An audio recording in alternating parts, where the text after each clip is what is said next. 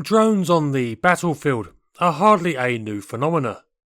Depending on where you draw the line on defining just what constitutes an unmanned aerial vehicle, well, the first attack is generally attributed to have occurred in 1849, though an argument could be made for much earlier episodes using incendiary balloons. Now advances in electronics has meant that UAVs have gotten both smaller and more sophisticated. Already, many militaries have begun to employ extremely small drones for conducting reconnaissance.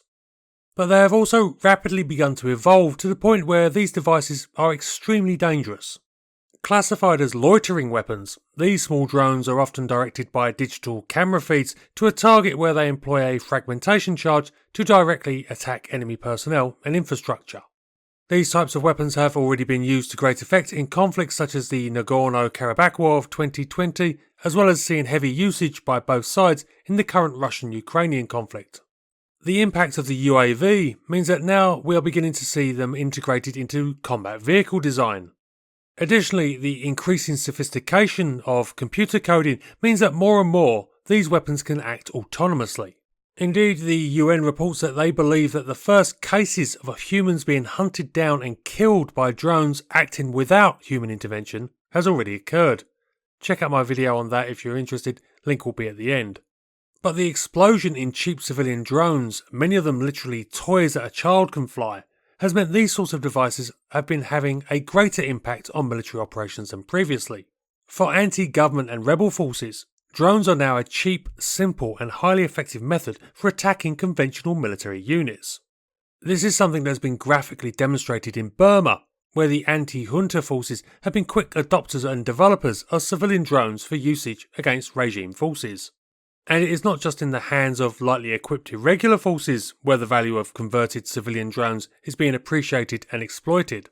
In Ukraine, both the Ukrainians and the Russians are making heavy use of hobby shop drones, using them extensively for reconnaissance and highly precise targeting with improvised dropped explosives.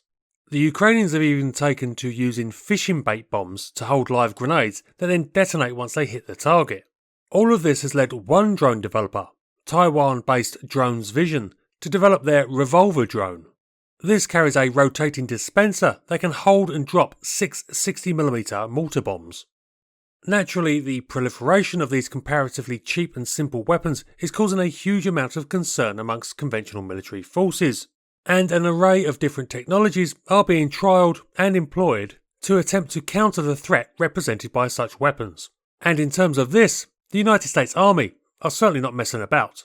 In the next few weeks, they intend to receive their first short-range air defence laser system.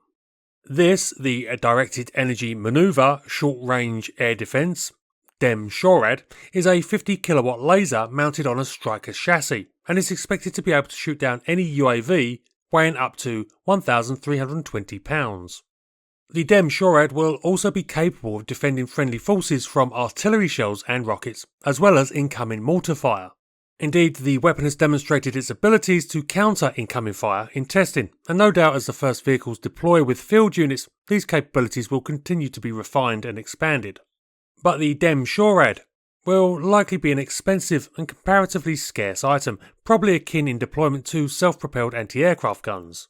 With the threat of weaponised civilian drones being so mainstream, the US Army is now looking for a more convenient counter-UAV system, one which can be deployed in much greater numbers at lower tactical levels. So they have recently announced the start of the Army Multi-Purpose High Energy Laser, or AMP-HEL, project. This will integrate a 20kW laser onto the chassis of the new GM Defence Infantry Squad Vehicle that are now coming into service with the US Army's Infantry Brigade combat teams.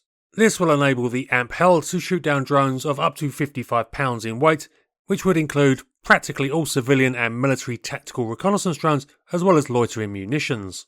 And to give an indication of how serious the US Army is taking the situation, they expect to have prototypes ready for testing and assessment by next year. Should the system prove successful, it should be expected that they will be deployed in quite some numbers in the near future.